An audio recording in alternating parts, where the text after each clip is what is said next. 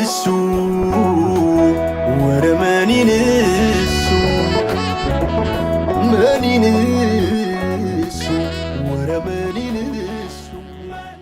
كاب كربان رحوغن نمدباتنا مدبات علنا ميديا تي في ኣብ ዲያስፖራ ብኢንተርኔት ኣብ ሃገርና ኤርትራ ሃገራት ኣፍሪካን ማእከላይ ምብራቕን ከዓ ብኤርሳት ንመደባትና ተከታተሉ ዘለኹም ካብዚ ካብ ሃገር ካናዳ ዘሎ ስቱድዮና ምስ ኩላቶም መሳርሕተይ ዝኸበረ ሰላምታና ይብዛሕኩም ሎሚ ዕለት 24 መጋቢት 2021 ዓመተ ምህረት እዩ ነዚ ሰዓት እዚ ቡሱል ውሳኔ ዝብል እዋናዊ ኣርእስቲ ሒዘልኩም መፅእ ኣለኹ እዚ ቡሱል ውሳኔ ዝብል ኣርእስቲ እዚ ምስቲ ኤውሮጳዊ ሕብረት ኣብ ልዕሊ መንግስቲ ህግደፍ ብፍላይ ከዓ ኣብ ልዕሊ ፀጥታዊ ትካላት ስርዓት ህግደፍ ዝወሰዶ እገዳ ዝዛመድ እዩ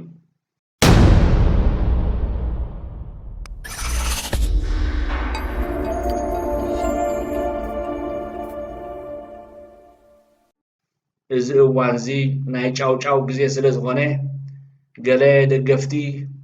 ገለ ተቃወምቲ ኣብዚ ማሕበራዊ መራኸቢታት ክንሰምዕ ውዒልና ኢና እዚ ከዓ ልክዕ መመርገፂኡ ሰብ ስለ ዘለዎ እዩ ስለምንታይ ከምዚ መሪፆም ክንብል ኣይንኽእልን ንዓና ነቶም ደለይቲ ፍትሒ ቡሱል ውሳኔ ዝብል ኣርእስቲ ሒዝና ንዛረብ ዘለና ኣብ ሰዓቱ ዝተወሰነ ቁኑዕ ውሳኔ ኢልና ንዛረብ ዘለና ከዓ መሰልናን መርገፂናን እዩ ስለምንታይ እዚ መሰል እዚ ስለምንታይ እዚ መርገፂ እዚ መፂኹም ዘሎ ከዓ ብጭቡጥ ክነብሮ ኢና እዚ እቲ ሓደ ሓቂ ክበርህ ዘለዎ ጉዳይ እዩ እዚ ስርዓት እዚ ይፅንሓልና ዝብሉ ሰባት እዚ ስርዓት እዚ ክወድቕ የብሉን ዝብሉ ኣብ ዝተፈላለየ ኩርናዓት ናይ ዓለም ዘለዉ ኤርትራውያን እቲ ተወሲዱ ዘሎ እገዳ ክኽንንዎ ናይ ግድን እዩ እዚ ስርዓት እዚ ክእለ ኣለዎ እዚ ስርዓት እዚ ክወድቕ ኣለዎ ኣብ ቦታ ናይ ስርዓት እዚ ህዝባዊ መንግስቲ ክትከል ኣለዎ ቅዋማዊ መንግስቲ ኣብ ኤርትራ ክምስረት ኣለዎ ኢልና ንኣምን ከዓ እቲ ተወሲዱ ዘሎ ውሳኔ ቡሱል ውሳኔ ኣብ ሰዓቱ ዝተወሰነ ምዃኑ ዓዊልና ንዛረበሉ ዘለና ጉዳይ እዩ ምክንያቱ ኣብ ዝኾነ ይኹን እዋን በብናትካ መነፅር ስለ ትሪኦ ብናቶም እኩያለ ገይሮም ክሪእዎ ከለዉ ተወስደ ስጉምቲ ጉጉይ እዚ ከዓ ሓደ ካብቲ እቲ ስርዓት ዝብሎ ዘሎ እቲ ጭፍራ ዝብሎ ዘሎ ጉዳይ እዩ ምክንያቱ ኤርትራ ንነዊሕ ዓመታት ታርጌት ናይ ኣሜሪካ ታርጌት ናይ ኤውሮጳዊ ሕብረት ኮይና እዚ ከዓ መዝሙር ንነዊሕ ዓመታት ዝተዘመረ መዝሙር እዩ ፀመም ሓደ ደርፉ ዝበሃል ከምዚ እዩ ሕጂ ከዓ ልክዕ እዚ ቡሱል ውሳኔ ብኤውሮጳዊ ሕብረት ተወሲዱ ኣሎ ካልኦት ሃገራት እውን ክስዕብኦ ከም ዘለዋ ተስፋ ንገብር ናይ ኤውሮጳዊ ሕብረት ጥራይ ዘይኮነ ናይ ኣሜሪካን ካናዳን ናይ እንግሊዝን ካልኦት ሃገራትን ክስዕብኦ ነዚ ውሳኔ እዚ ብተስፋ ንፅበዮ ዘለና ጉዳይ እዩ ምክንያቱ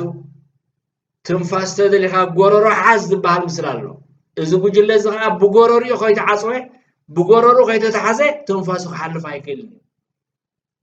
ልክዕ ከዓ ንነዊሕ ዓመታት ብሓሶትን ብምትላልን ብሸፈጥን ብምፍርራሕን ኣብ ፖለቲካዊ ስልጣን ፀኒሑ እዩ እዚ ሓደ ካብቲ ንሱ ዝፈጠሮ ኣዝዩ ተኣምር ኣካይዳ እዩ ምክንያቱ ሸፈጥን ሓይልን ምፍራሕን ፀርፍን ብኸምኡ እዩ ዝነብር ከምኡ ስለ ዝኾነ ከዓ ሕጂ ነዚ ቡሱል ውሳኔ ኤውሮጳዊ ሕብረት ዘሕለፎ መንግስቲ ህግደፍ ወይ ጉጅለ ህግደፍ ግብረ መልሲ ይብሉ ኣሎ እዚ ከዓ ኣሉ ቀጣን እዩ ካልኣይ ነገር ኤውሮጳዊ ሕብረት ኣብ ልዕሊ መንግስቲ ኤርትራ ኣብ ልዕሊ ህዝቢ ኤርትራ ዝተወስደ ስጉምቲ ዘይቁኑዕ ስጉምቲ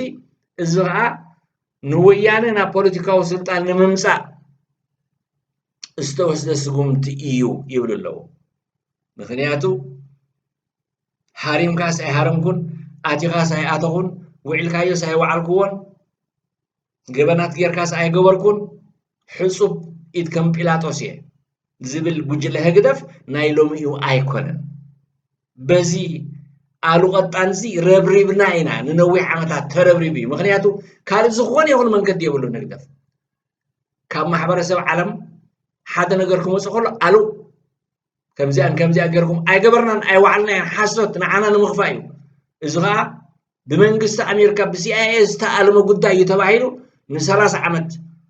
إذننا نسمعه نهزب إرتراها زدون كوري سبام حدا درفوز بهالزي قرب أب عالم حدا متعسس أفضل لو جدا ونالوكا نتقالون أسبيكا نتقالو أسبابيكا كوسموتيك جيركا تسمي لخيخا زيت لخيخا خطقربو خلقا أبا خلا بطريقة قالو تقول خلقا مون نبيني حزب عالم قل لميدوي يتقالو ناي جوجل هقدف نسلاس عمد قالو حزب عالم هاسبيقو سلازي فلو تحجي كاب جوجل هقدف امنت كركب ايكالنيو كحدتن قالون ترايو ندي حريت ملسلنا خم تمكرو نريو خلنا إذا أقدمو أو كرتشان تشعتن يمثلني إتي بودد حبرات هاجرات بايتو صدتا استجبر الجدا بزحج أو كم زس عبي نسمع نيرنا شو عزورة زعبي نيرو زعبي مغنياتو تواهلي له غاية مسي شعو كاب أوروبا وحبرات زي كونه كاب أمريكا زي كونه كاب أفريقيا زمسه بفلاي كاب إيجاد زمسه نابايتو صدتا مسكربات يجبتات بملو إرترا معقب تقميت الله معقب تغير الله ازي نايت مالت زاس لزغون اصبقنا نفلطو لنا غداي اتي اجدا استغبر له مخنياتات نيرو نطبطات نيرو بفلاي متتتاو ناب صومال دغفنا الشباب بغاد سلازنبره መንግስት ኢትዮጵያ መንግስት ጅቡቲን ካልወት ተፈላለያ ናይ ቀረ አፍሪካ ሃገራትን ድጋፈን ሄበን እትገዳኻ ተተግቢሩ ኣብዚ ክንደይ ዋጭዋጭ ኮይኑ ክንደይ ሰላማዊ ሰልፍ ገይሮም ደገፍቲ ኢሳያስ ክንደይ ተቃውሞታት መጽ ክንደይ ናዕብታት መጽ ክንደይ ድምጽታት ኳ ሰሚዕና ናብ ተዋት እዚ ሓደ ካብቲ ዝሓለፈ ተመክሮ ምክንያቱ ምትእትታው ገይርኩም ኣብ ሰማ ኣይኣቶናን ንአልሸባብ ደጊፍኩም ኣይደገፍናን ባዕልና ንሪኦ ዘለና ጉዳይ እኳ እዩ ኣነ ናይ ዓይኒ ምስክር እየ ኣብ ኤርትራ ዝነበሩ ኩሉ ግዜ እቲ ቤት ጽሕፈት ናይ ዝተፈላለዩ አልሸባብ ኣብ ጎረባብተይ ዝነበሩ ኣብ ቲራቨሎ ዝነበረ ቤት ጽሕፈታት ኣብ ስፔስ ዝነበሩ ኣብ እንዳ ኮርያ ዝነበሩ ባዕልና ንሪኦም ዝነበርና እኳ እዩ ኣብ ዝተፈላለዩ ኣብ ሰማር ኣብ እንበረ መኻ ዕጡቕ ሓይሊ ናይ ታዕሊም ቦታ ተዳልዩ ዝዕለሙ ዝነበሩ አልሸባብ ባዕልና ንሪኦም ዝነበርና እኳ እዩ تعلمهم كأوافر نيرم ناب جبر شبران إسياس جبر شبران وصل زمانه بزيك بجبر شبران برعدن بقوم زي مثلا معجر قارن حاول من الناسن بخالك نبر عكيلني إسياس بسلام كنبر أبقون سلام أبكباب سلام كنبر عكيلني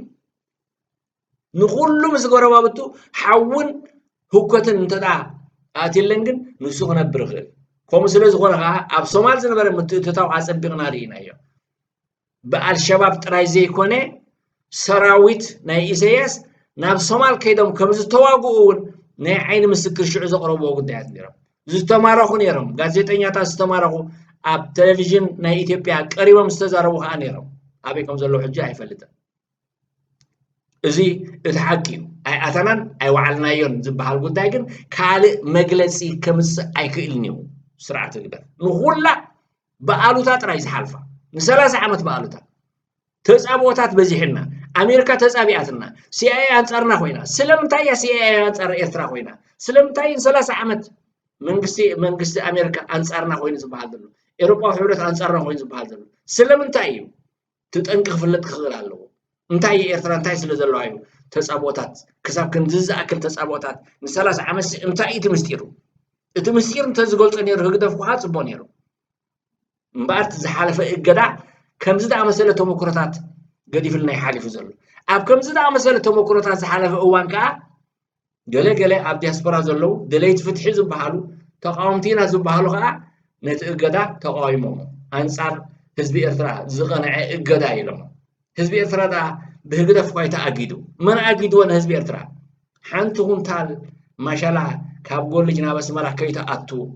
ሓንቲ ባኮ ሳሙና ሓንቲ ጃሎን ዘይቲ ካብ ተሰነይ ብሎኮ ከይተሓልፍ ሓንቲ ኩንታል ጣፍ ናብ ኣስመራ ከይተኣቱ من ديز قداز أجدوا نهزب إرترا أجدوا بعلو إسياس قايو. أب تلفزيون كأب تطلع بعلو قلت سويه. أيقونن دأغلي ኣይኮኑን ተኻልሲ ብሒቁና ገበሩ ብብሒቁ መሓላልፎም ዘለውን ንፈልጥ ኣለና ኣብ ኤርትራ እኽሊ ምሻጥ ኩልኩል ኢሉ ኣብ ቴሌቪዥን በዓሉ ተዛሪቡ ሓሽሽ ዝሸይጥ መንግስቲ ሓሽሽ ዘፍሪ መንግስቲ እኽሊ ምሻጥ ኩልኩል እዩ ክብል ከሎ ንኣዳም ጎረመ እዩ እምበኣር እቲ ዝሓለፈ እገዳ ከምዚ ዝኣመሰለ ኣሰራት ገዲፉ እንደገና እቲ እገዳ ከዓ እዚ ሕጂ ዕርክነትን ሕኸኽን ሓከካን ዘሎ ናይ ኣብይ ኣሕመድን ናይ ኢሳያስን ከዓ ምስ ተጀመረ እቲ እገዳ ተላዒሉ ባዕላ መምፅኢ ደርፊ ባዕላ ከዓ መጥፊእ ደርፊ ከም ዝበሃል መንግስቲ ኢትዮጵያ ብዝለዓለ ደረጃ ዝሰርሓሉ እገዳ እንደገና ከዓ ነቲ እገዳ ምቕንጣጥ ከዓ እዚ ሓድሽ ስርዓት ምስ መፅእ ነቲ እገዳ ከዓ ከም ዝእለ ተሰሪሕሉ እገዳ ከዓ ተኣልዩ ተባሂሉ ብወግዒ ካብ ባይቶ ፀጥታ ኤርትራ ካብ እገዳ ናፃ ኮይና ምክንያቱ መንግስቲ ኢትዮጵያ ሓድሽ ስርዓት ስለ ዝተኸለ ምዝ ሓድሽ ስርዓት እዚ ከዓ ክሰርሑ ኣለዎም ክንሰርሕ ኢና ብሓባር ንቅድሚት ክንከይድና ህዝብና ክንመርሕ ኢና ዝብል ኣታላሊ ዝኾነ ናይ ኣብይ ኣሕመድ መደረታትን መገሻታትን ስለ ዝነበረ ዓለም ከዓ ነዛ ኣሚና ነቲ እገዳ ኣልዒላቶ ጥራይ ዘይኮነ በቲ ኣብይ ኣሕመድ ዝገብሮ ዝነበረ ተዋስኦታት ከይተረፈና ዓለም ኣዳናጊሩ ክሳብ ናይ ኖበል ተሸላሚ ኮይኑ ክሳብ ክንዲ ዝኣክል ምድንጋራት ዝነበረ እምበኣር ሕጂ ዝኩሉ ሕኸኽን ሓከካ ዝበሃል ዝነበረ መገሻታት ዝነበረ ምብፅፃሕ ዝነበረ ምሉሰት ዝነበረ ሕፅኖት ዝነበረ ኣስመራን ኣዲስ ኣበባን ንኣዳም ገረሞ ዝነበረ ጉዳይ መወዳእትኡ ከዓ ርኢናዮ ብ4 ሕዳር ዝተወልዐ ኩናት ክሳብ ክንደይ ናይ ጥፍኣት መጋርያ ከም ዝተኣጉደ ዓለም ብምልእታት ፈልጦ ዘላ ጉዳይ ኣብ ከምዚ ዝኣመሰለ ጉዳይ እምበኣር ሕጂ እቲ ምትእትታው ናይ ሰራዊት ኢሳያስ ናብ ሙሉእ ከባቢታት ትግራይ ጥራይ ዘይኮነ ክሳብ ናብ ኢትዮጵያ ምእታው ሰራዊት ተሳታፍነት እዚ ጉዳይ ከዓ ንህዝቢ ዓለም ኣፀቢቑ ካብቲ ዘተሓሳሰቦን ዝሕመሞን እዩ ብፍላይ እቲ ኩሉ ግፍዕታት እቲ ኩሉ ምቕታል ምርሻን ንብረት ምዕናው ብሰራዊት ኢሳያስ ኣብ ትግራይ ይካየድ ከም ዘሎ ዓለም ክትዛረበሉ ፅንሐት ጉዳይ እዩ ክንድዚ ዝኣክል ዕንወት ቅድሚ ሕጂ እውን ተራእዩ ዘይፈልጥ ኣልማማ ብጅምላ ኣማኢት ሰባት ኣብ ሓንቲ ረፍዲ ምርሻን ኣቕሽሽትን ዲያቆናትን ምርሻን ቤተክርስትያናትን መሳጊድን ምዕናው መዘመራን ቆልዑት ኣብ ቤተክርስትያን ህፃናት ምቕታል ኣብ ዓለም ተራእዩ ዘይፈልጥ ገበናት እዩ እዚ ገበናት እዚ ከዓ ብኢሳያስ እዩ ተፈፂሙ ዘሎ ኢሳያስ ዘዋፈሮም ኣዘዝቲ ሰራዊት ነዚ ውዒሎም ኣለዉ ዓለም ከዓ ነዚያ ክትዛረብ ፀኒሓ ንሕና ከዓ ነዚና ክንዛረብ ፀኒሕና ነዚና ክንገልፅ ፀኒሕና ካብ ተፈላለዩ እዋናት ከንቀርሖ ፀኒሕና ድምፂ ከዓ እዚ እዩ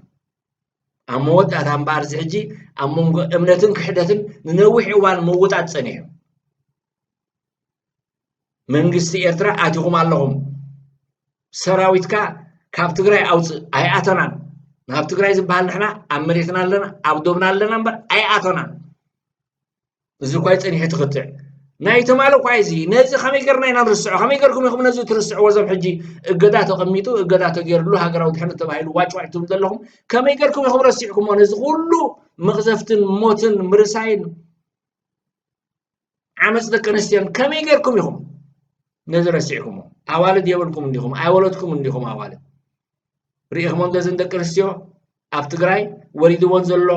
ማሕሰይትን ስነ ኣእምራዊ ኣተሓሳስባን ሞናሊዛ ሪኢኹማ ዶ እግራን ኢዳን ተቆሪፃ ክብርታታ ስለ ዝሓለወት ክንደይ ኳይ ሰብ ተረሽኑ ክንደይ ኳይ ደቂ ኣንስትዮ ተረሽነን እስኪ እዚ ኣባኹም ውዕሊ ተዝኸውን እንታይ ኮን ምበልኩም ናብ ኣዋልድኩም ውዕሊ ተዝኸውን እንታይ ኮን ምበልኩም ዝዓመፅ እዚ ተፈፂሙ እንተዝኸውን እዚ ምግሳስ እዚ ተፈፂሙ እንተዝኸውን እዚ እንታይ ኮን ምበልኩም ኣቱም ኤርትራውያን ስለዚ ሕጂ ከዓ ተመሊስኩም ታሪክ ዘሕትት ብታሪክ ከዓ ጽባሕንጎ ክትምልስዎ ዘይትኽእሉ መንገዲ ሒዝኩም ትኸዱ ኣለኹም ከምቲ ክጠቕሶ ፀንሐኩ ኣብ ዝሓለፈ እዋን ዝነበረ እገዳ ዝተቐመጠሉ ኣስማቶም ክጠቕሶም ኣይደልን ግን ዓበይቲ ተቃውምቲ እዮም ዝበሃሉ መራሕቲ ክኾኑ ኢልካ ተሓፂኦም ትብህጎም ዝነበርካ እገዳ ኣብ ልዕሊ ኤርትራ ተኻይዱ ዘሎ ቁኑዕ ኣይኮነን ኢሎም ሕጂ ከዓ ጉልባቦም ቀሊዖም እቲ ሽዑ ተኸዊሉ ዝነበረ ጉልባብ ተቐሊዑስ ኣብ መድረኽ ወፂኦም ሕጂ ቀጥታ ምስቲ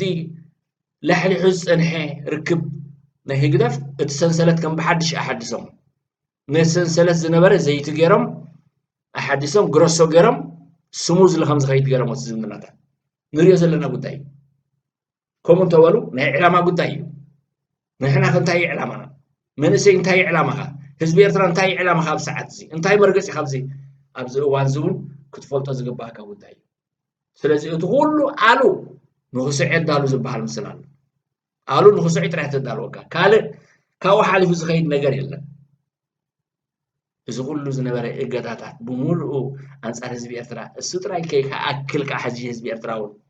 نعم تقولوا تعاتي ده يكون حزب إرترا كيرئي كيستنفس كابوتنا بوتا خين كسقس أبغزو تراي أفتح غزو لك كم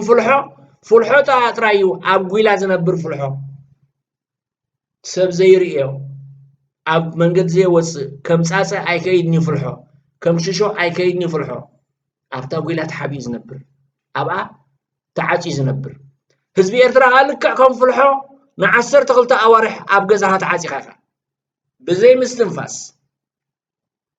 عالم بملئتا كاب كم زد مسألة تكبر وسيا ولا إجدادات تغيروا غلو زغول زي بسم كورونا فيروس تباهيلو كورونا فيروس نحنا إجدادات سلز جبرنا عصوا سلز جبرنا بكورونا فيروس نحنا قداموتنا تباهيلو خا جهرات تغيروا كندي جهرة على التلفزيون هيك كندي زرباتات كسمع صنيعي أموت أتخاجهم زردلنا أما يترى ديكونو أشحات كوينهم ناي كورونا فيروس مستغل عصوات أسلم تاي مسيو إلك أخذ حاسبون أقد أسيو بدجاز مصر بالسودان زعتو كاب إثيوبيا بزي مقص أربع حد دوبات سجر تقول خينات تقول سراويت عتيزول تقول متحواس زي زم صوت داي فلذي إتي متأتتاو ناي سراويت إتي متأتتاو أبي إثيوبيا إتي جبنات أنت أرسل أو نتفسي مزلو سبسيب كون زود دايكون نسيف كون كلام يأخلوني ورقتون يأخلوني نزي جبنات زي كم سلز هنا حاجي أمونغو حزب عالمن أمونغو